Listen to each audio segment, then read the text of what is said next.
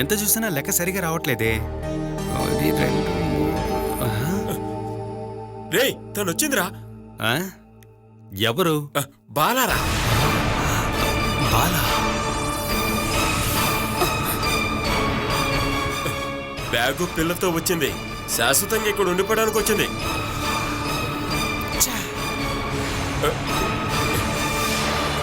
అరే నువ్విక్కడ కంగారు పట్టడం వల్ల ఏ ప్రయోజనం లేదు. మన వేణుని జైలుకు పంపే ఇక్కడికి వచ్చింది. తను ఇక్కడ ఉండాలన్న ఆలోచన ఉండకూడదు. సుమేష్ బాబా, బాలాకి ఇంకెక్కడికి వెళ్తారు? తను కావాలంటే తనింటికి వెళ్ళి ఇక్కడ మాత్రం ఉండకూడదు. నువ్వు పుట్టాక 28 రోజులు ఇక్కడే ఉన్నావు. ఇక్కడి నుంచి వెళ్ళేటప్పుడు మీ నాన్న ఉన్నారు మనతో. ఇక్కడ ఏం జరిగినా నువ్వు భయపడకూడదు. నీకేం జరగకుండా అమ్మ నిన్ను కాపాడుకుంటాను.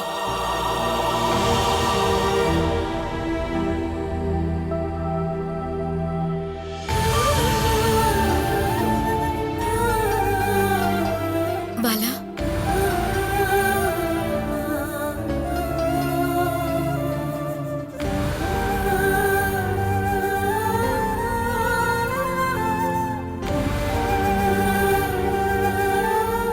బాలా బంగారం, ఇలా రా.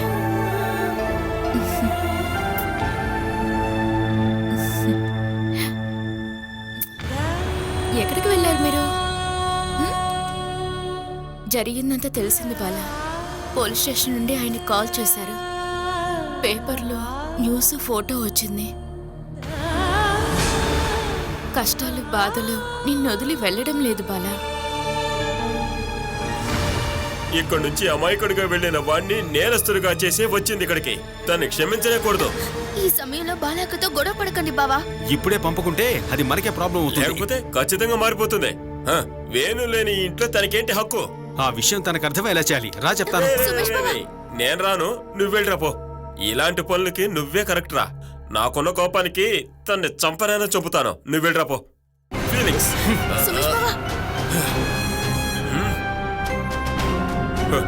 అది కూడా జరిగిపోయింది. కొబ్బరికాయనా? ఇదెప్పుడు నా చేతిలోకి వచ్చింది? ఓ లోపలికి రా.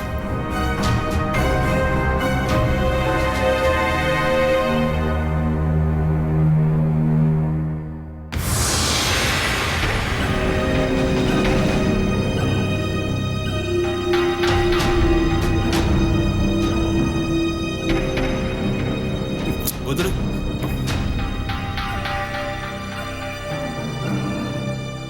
ఎవరి కోసం ఇక్కడికి వచ్చావు? వేణు అన్న జైల్లో పడేసి ఏ ధైర్యంతో ఇక్కడికి వచ్చావు నువ్వు? నేను పెళ్లి చేసుకుని వచ్చింది ఈ ఇంటికే. నేను పెళ్లి చేసుకున్న వాడే జైల్లో ఉన్నాడుగా. దానికి కారణం కూడా నువ్వే. మీ అందరి ముందే కదా నన్ను పాపని మీ అన్నయ్య తీసుకెళ్ళింది. భర్తని అనుసరించి ఆయనతో వెళ్ళాను. ఆయన చెప్పిన చోట ఉన్నాను. ఆయన మాటలు విన్నాను. మరి ఎలా వేణన్న హత్య చేశాడు? దారిన పోయేవాడిని చంపడానికి కత్తిచ్చి పంపింది నేను కాదు. మరి ఎవరి కోసం వేణన్న అలా చేశాడు? వెళ్ళి ఎంక్వైరీ చెయ్యి. అన్నయ్య మీద ప్రేమ ఉన్నవాడివైతే నువ్వే వెళ్ళి ఏం జరిగిందో కనిపెట్టు. రే సుమేష్, విషయం తెలిసినప్పుడే వేణు నెల్లు చూసేద్దామని అప్పుడే చెప్పాను కదరా నీకు. రే ప్రేమ ఉండాలరా, ప్రేమ. ఈయనకి మాత్రం అన్నీ ఉండాలా ఏంటి? మీరనుకుంటే వెళ్ళి అడిగుండొచ్చు కదా. నా చేతిలో డబ్బులు ఎక్కడ ఉన్నాయి? ఇప్పటికీ ఎవరి బాధ్యత నా నెత్తిన వేసుకోవడం వీలు కాదు. జరిగిందేంటో మీ అందరికి తెలుసుగా. భర్త ఇంటికి రాకుండా తను ఇంకెక్కడికి వెళ్తుందో చెప్పండి. మనం ఎంత చెప్పినా కూడా అది బాగా ఆలోచించాలి. వాళ్ళ అమ్మా నాన్న ఎక్కడున్నారో తనకి తెలియదు. అలాంటప్పుడు తెలిసిన చోటుగా రావాలి కదా. వేణు అన్న జైల్లో ఉన్నప్పుడు తను ఇక్కడ ఉండడానికి వీల్లేదు. బాలాకని ఇక్కడే ఉండనివ్వండి. ఆ తర్వాత మనం ఆలోచిద్దాము. 1-2 రోజులు కాదు, ఇక కాలం అంతా నేను ఇక్కడే ఉండడానికే వచ్చాను.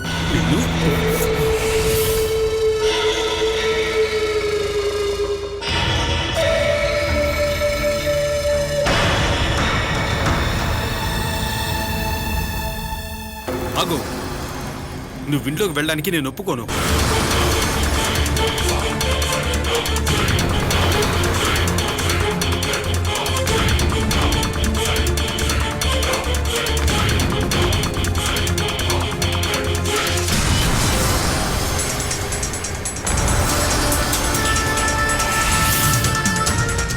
చైతీరా, తీరా చెయ్యి.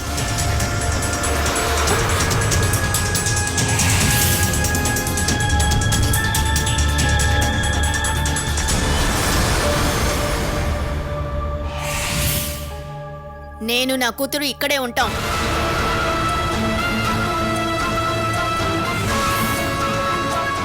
నన్ను బయటికి పంపితే నీ మీద నేను కేసు పెడతాను.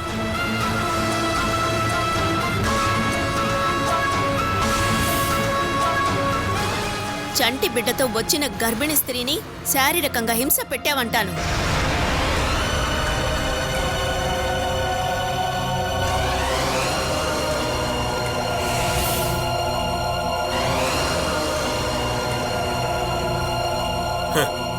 చూసావా మళ్ళీ కడుపుతో ఉందంట. చూసి నేర్చుకోవే. 5-6 ఏళ్ళైంది, ఏమీ లేదు.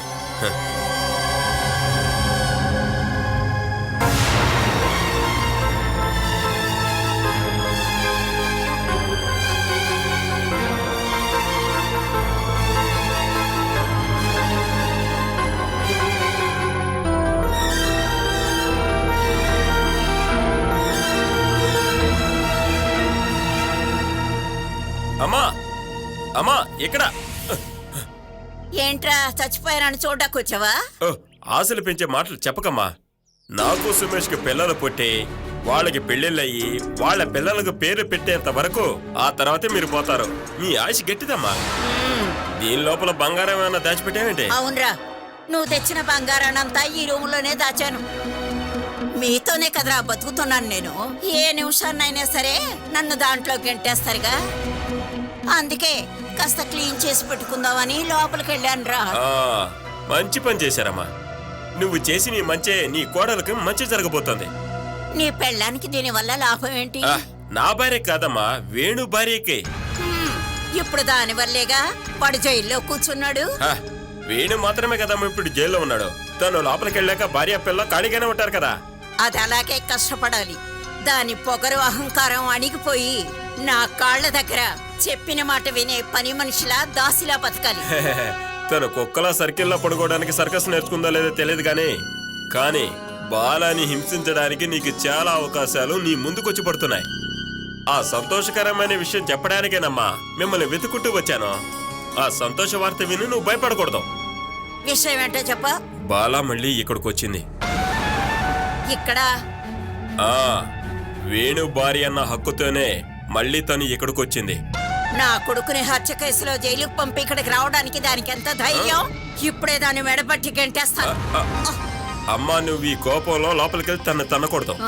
తను మళ్ళీ కడుపుతో ఉందన్న విషయం చెప్పి వెళ్ళింది. తనకేదన్నా అయితే నువ్వే నష్టపరిహారం చెల్లించాలి. మళ్ళీ కడుపుతో ఉందా? నష్టపరిహారం అదే మనకివ్వాలి. ఒక్క నిమిషం కూడా ఇక్కడ ఉండడానికి వీల్లేదు. ఉండమ్మా కూర్చోమా. ఏంట్రా నువ్వు? అది ఇంతకు ముందులా నువ్వు తన జుట్టు పట్టుకొని కొట్టలేవు. తన చేతిలో ఒక పిల్ల ఉంది. భర్త లేనప్పుడు మా అత్త హింస పెడుతుందని స్టేషన్కి వెళ్ళి కేసు పెట్టిందంటే మనమే ఇరుక్కుంటాం. అది వదిలేయమ్మా. కడుపుతో ఉన్న అమ్మాయిని ఇబ్బంది పెడుతున్నారని వెళ్ళి కేసు పెట్టిందంటే అందులోనూ ఇరుక్కుంటాం. అది ఎక్కడికన్నా వెళ్ళి కేసు పెట్టని. నా కొడుకుని జైల్లో పెట్టింది ఇంట్లో అడుగు పెట్టకూడదు. అమ్మా, నువ్వు తొందరపడి ఏమీ చేయకమ్మా. చెయ్యొదలరా సతీషో. వేణు లేని ఇంట్లో అడుగు పెట్టడానికి దానికే హక్కుందో అడుగుతానురా. వేణు లేని ఇంట్లో దానికి దాని బిడ్డకి చోట్లేదు. అమ్మా, అరే పోరా నువ్వు. ఈసారి అత్తగారికి కోళ్ళకి యుద్ధం జరగబోతుంది. కానివడే ప్రశాంతంగా ఉంది.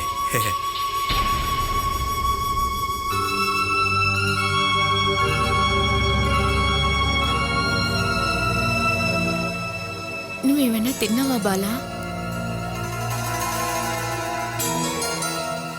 నేను ఏదైనా వండుతానుండు.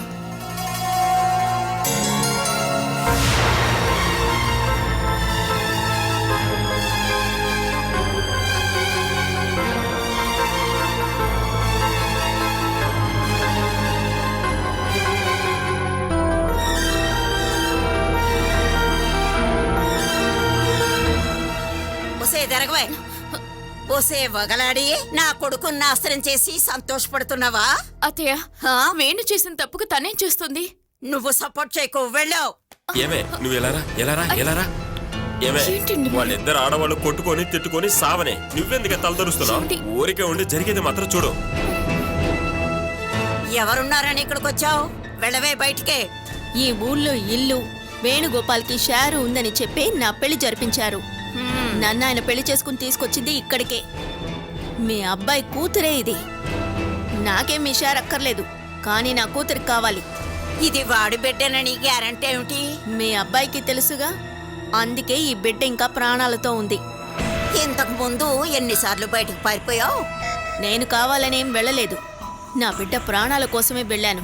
నీ బిడ్డ కంటే నా బిడ్డను నేను ఎన్నో రెట్లు బాగా పెంచుకున్నానే. నిన్ను చేసుకున్నాక వాడి జీవితం నాశనం అయింది.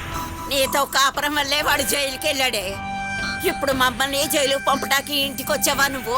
వెళ్ళవే బయటికే. మీ అబ్బాయి వేణుగోపాల్ పెళ్లి చేసుకుని తీసుకొచ్చిన అమ్మాయిని, ఒక బిడ్డ కడుపులో ఇంకో బిడ్డ చేతిలో ఉంది. ఆయన 2 బిడ్డలకి తల్లిని. ఎంతకంటే ఏం కారణం కావాలి నేను ఇక్కడ ఉండడానికి? సిగ్గులేని వారి తెగించి మాట్లాడుతోంది. లేదు, ఈ 2 బిడ్డలు వేణుగోపాల్ది కాదు అంటే అది నిరూపించాల్సిన బాధ్యత నాది కాదు, మీదే. వేణుగోపాల్కి ఇక్కడ ఒక షేర్ ఉన్నంత వరకు నన్ను ఇక్కడి నుంచి పంపించాలని అనుకోకండి. అలా వెళ్ళిపోవడానికి నేను రాలేదు. మేము ఉండడానికి సురక్షితమైన చోటు కావాలి.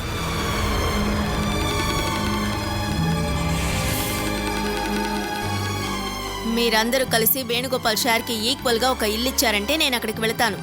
అంతవరకు ఇక్కడే ఉంటాను.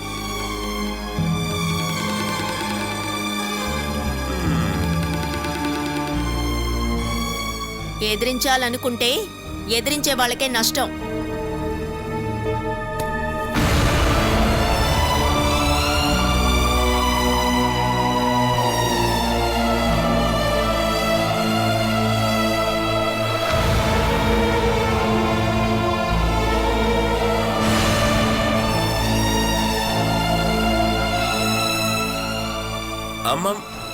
అమ్మ మీ పాత పర్ఫార్మెన్స్ ఎక్కడికి వెళ్ళిందమ్మా? నేను అనుకున్నా నువ్వు చెబితే పారిపోతుందని. ఇక తను చేసే పనికి నువ్వు పారిపోకుండా చూసుకో.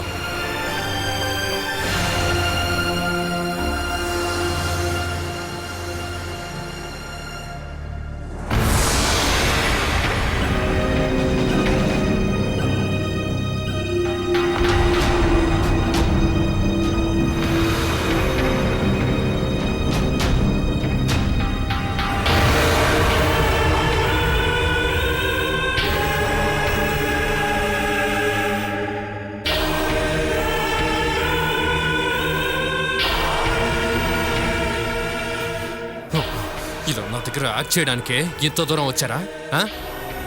నువ్వు ఒక వ్యక్తిని చంపావంటే నేను అసలు నమ్మలేకపోతున్నానురా. నేను హత్య చేశానన్న విషయాన్ని పేపర్లో చదివారుగా, మరి నమ్మడానికి ఇంకా ఎందుకు కష్టంగా ఉంది? నీ దగ్గర ఒక ప్రాణం తీసేంత చెడ్డ గుణం అసలు నీ దగ్గర అది ఉందారా? ఏమేం ప్రశ్న అడగాలో అవన్నీ పోలీసు వాళ్ళు నన్ను అడిగేశారు. సమాధానాలు కూడా వాళ్ళకి చెప్పేశాను. మీరు వెళ్ళండి. నీకసలు ఎటువంటి బాధ లేదారా? ఎందుకు? రాత్రి దొంగలా దాక్కున్న వాడిని నేను పట్టుకున్నాను, పొడిచి చంపేశాను. వాడు చనిపోయాడు. ఇందులో బాధపడ్డానికి ఏముంది? నేను అనుకున్నది నువ్వేదో అది తెలియకుండా చేశావని. ఏంటి, తెలియక చేసుంటే నన్ను ఇక్కడి నుంచి కాపాడేస్తారా? కేసు నడిపించేంత శక్తి నాకు లేదని నీకు బాగా తెలుసు కదరా. మరి ఎందుకు వచ్చావయ్యా? నీ కొడుకులు ఇద్దరు ఇంట్లో ఉన్నారుగా, నా అన్నయ్య ఇంకా తమ్ముడు. వాళ్ళని ఇక్కడికి రమ్మని చెప్పు. ఏంటి, వాళ్ళిద్దరికి ఈ విషయం తెలీదా? తెలుసు. అయితే త్వరలోనే వాళ్ళిద్దరిని వచ్చి నన్ను కలవమని చెప్పు. వాళ్ళిద్దరితో నేను కొన్ని విషయాలు మాట్లాడాలి. ఆ,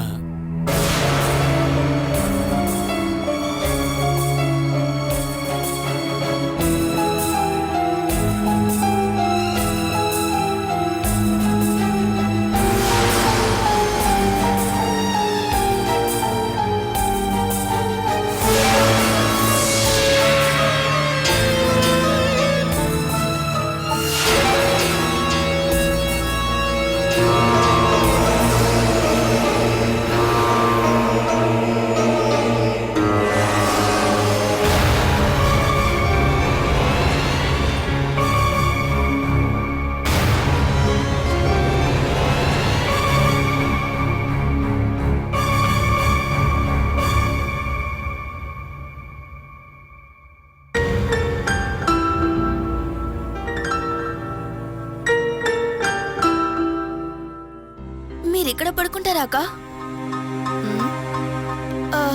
ఈ రూమ్ ఇప్పుడు మేమే యూజ్ చేస్తున్నాం. మీకు వేరే రూమ్ ఉంది కదా, ఆయన ఇప్పుడే ఆన్లైన్ లో ఒక చిన్న బిజినెస్ స్టార్ట్ చేశారు. దానికోసం ప్రోడక్ట్ వచ్చేటప్పుడు ఇంకా క్యాల్కులేషన్ ఇక్కడే జరుగుతుంది. మరి నేనెక్కడ ఉండాలి చెప్పు? అవన్నీ ఆలోచించిన తర్వాతే ఇక్కడికి బయలుదేరి రావాల్సింది. చాలా విషయాలు ఆలోచించాను, ఆత్మహత్య కూడా. ఆ తర్వాతే ఈ రిస్క్ తీసుకుందాం అనుకున్నాను. వేణుగోపాల్ అనే ఈ ఇంటి రెండవ అబ్బాయే నన్ను పెళ్లి చేసుకున్నది. ఆయన రూమ్ ఇది. మేమిక ఉండిపోయేది ఈ రూమ్లోనే. ఇది ఇప్పుడు నా ఆఫీస్ రూమ్. అలా అయితే నేను బిడ్డ నిద్రపోవడానికి నువ్వే చోటు చెప్పు. షెడ్లోకి వెళ్ళి ఉండండి. అది మీకు అలవాటైన ప్లేసేగా. ఉంది. అంతేకాదు, రాత్రులొచ్చే దొంగల్ని కొట్టి కూడా అలవాటుంది. అక్కడికి వెళ్ళి పడుకోవడానికి నాకెటువంటి ప్రాబ్లం లేదు. కానీ నా కూతురికి అవసరం లేదు. ఇది వేణుగోపాల్ కూతురు. పాప పడుకోవడానికి ఖచ్చితంగా ఒక రూమ్ కావాలి. అలాంటి అవసరం నాకు ఏ మాత్రం లేదు. నువ్వు నా విషయాలు తలదూర్చకుండా ఉండడమే మంచిది. నువ్వు అనుకున్నవన్నీ ఇక్కడ జరగవు. నేనిక్కడ ఉన్నంత వరకు నువ్వు జాగ్రత్తగా ఉండు. ఏయ్, నిన్ను సుమేష్ బావా, ఇప్పుడు కోప్పడి ఏం ప్రయోజనం? మీరు వెళ్ళండి, నేను మాట్లాడతాను. సుమేష్ బావా, మీరు పదండి, పదండి. వదులు. అరే, అక్కని నేను చూసుకుంటాను. మీరు వెళ్ళండి, వెళ్ళండి.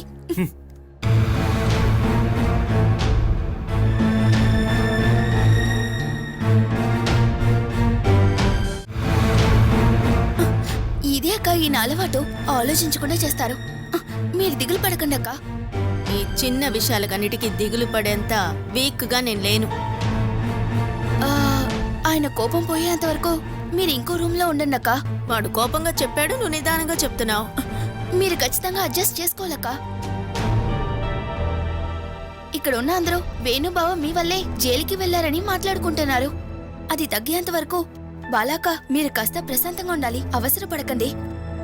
పగల్లో నేను షెడ్లోనో, ఇంటి బయటో, వరండాలోనో ఎక్కడైనా ఉంటాను. కానీ రాత్రులు నేను నా కూతురు సురక్షితంగా ఉండడానికి ఒక చోటు కావాలి. అంతవరకు నేనిక్కడే ఉంటాను. నన్ను బయటికి నెట్టేంత ధైర్యం నీ భర్తకు ఉంటే ముందది వచ్చి చేయమను.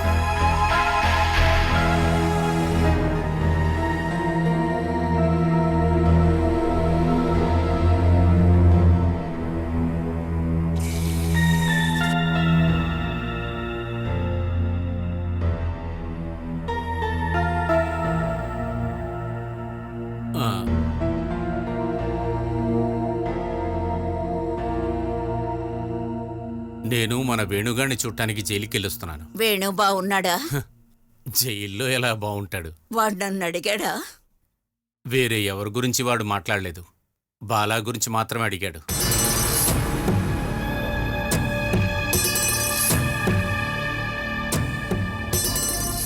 తను ఇక్కడ ఉందని చెప్పినాక వాడు అసలు మాట్లాడకుండానే ఉండిపోయాడు. బాలేవాణ్ణి జైల్లో పెట్టించింది. ఎప్పటికైనా ఈ విషయం వాడికి తెలిస్తే బాగుంటుంది. ఇలా చూడు, నువ్వు ఊరికే ఏదో చెప్తూ ఉండక, అక్కడ హత్య జరిగినప్పుడు వేణుగోపాల్ మందులో ఉన్నాడని పోలీసులు చెప్తున్నారు. చూడు, వాడు ఎప్పుడూ జేబులో పెట్టుకు తిరిగే ఆ కత్తితోనే చంపాడని చెప్పి పోలీసులు అంటూ ఉన్నారు. బాలాకి అటువంటి విషయాలు ఒక్కటి కూడా తెలియవు. అటువంటిది ఏదైనా ఉంటే బాలా గురించి అడుగుతాడా వాడు? తన గురించి మాట్లాడితేనే వాడి కోపం వస్తుంది కదా. ఆ?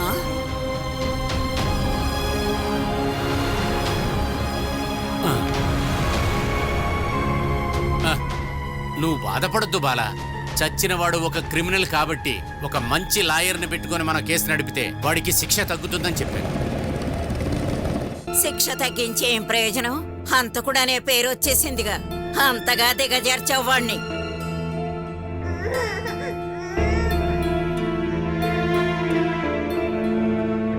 అరే సుమేష్, నువ్వు సతీష్ గాడు ఇద్దరు వెళ్ళి వాడిని చూడకపోవడం చాలా తప్పురా. నన్నేం చేయమంటావు?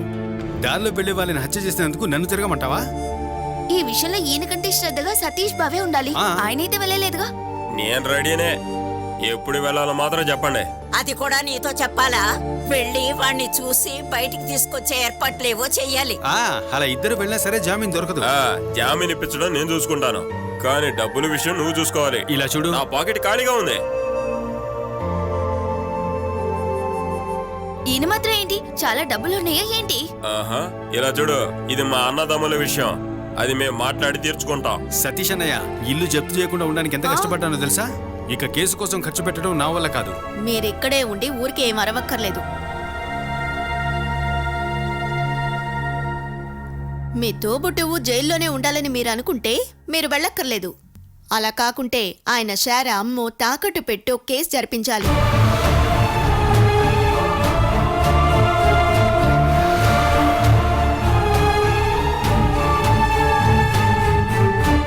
నువ్వు నాకు ఒక సహాయం చేయాలక్కా. ఈ డబ్బు సతీష్ బావకిచ్చి వంటకు కావాల్సినవి కొనాలి, పాపకి పాలు కూడా. నీ దగ్గరే ఉండనివ్వు. నేనిప్పుడు పనికి వెళ్తున్నాను కదా, నిన్ను నీ బిడ్డను చూసుకోవడానికి అది సరిపోతుందిలే. నా దగ్గర డబ్బుంచుకొని నిన్ను ఇబ్బంది పెట్టడం కరెక్ట్ కాదు. ఇది ఉంచక్కా. వేణు ఇక్కడ ఉన్నప్పుడు నీ మీద ఎంతో కోప్పడి మాట్లాడాను. నీ మనసు గాయపడేలా కొన్ని పనులు కూడా చేశాను. అదంతా వేణు మీద ఉన్న కోపంతోనే చేశాను. ఇప్పుడు అతను ఇక్కడ లేడు కదా. రక్షణ కోసం వచ్చిన నీకు నీ బిడ్డకి నా వల్ల అయిన సహాయం చేయడం నాకు సంతోషమే బాలా. ఈ డబ్బు నీకెప్పుడైనా అవసరమవుతుంది. నా సంతోషం కోసం నువ్వు ఇది తీసుకోక్కా. చేసిన సహాయానికి, పెట్టిన తిండికి లెక్కలు రాసుకునే వాళ్ళు ఇంట్లో ఉన్నారు. ఆ గుంపులో నన్ను చేర్చకు బాలా.